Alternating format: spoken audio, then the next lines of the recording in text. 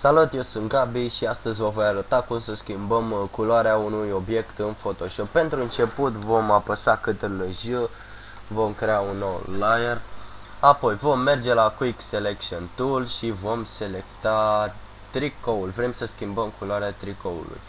În caz că Quick Selection Tool selectează mult prea mult, vom merge în partea de sus a ecranului, vom da click pe acel minus și vom corecta puțin.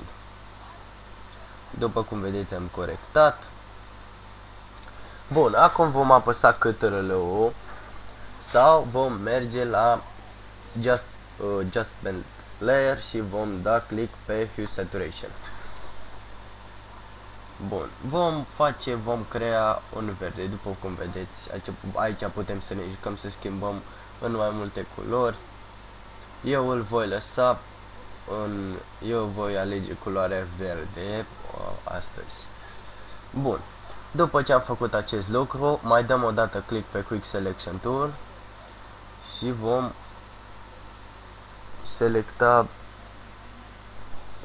selecta blugi.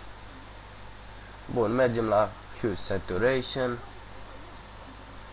și vrem să facem un verde. Vrem să facem un verde închis.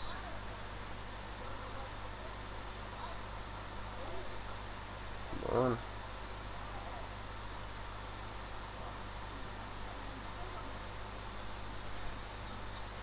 Bun. Și cam atât a fost pentru ziua de azi. Asta a fost un scurt tutorial. Voi reveni cu mai multe tutoriale într-un timp foarte scurt. Nu uitați să dați like, subscribe și reveniți pe canalul nostru de YouTube.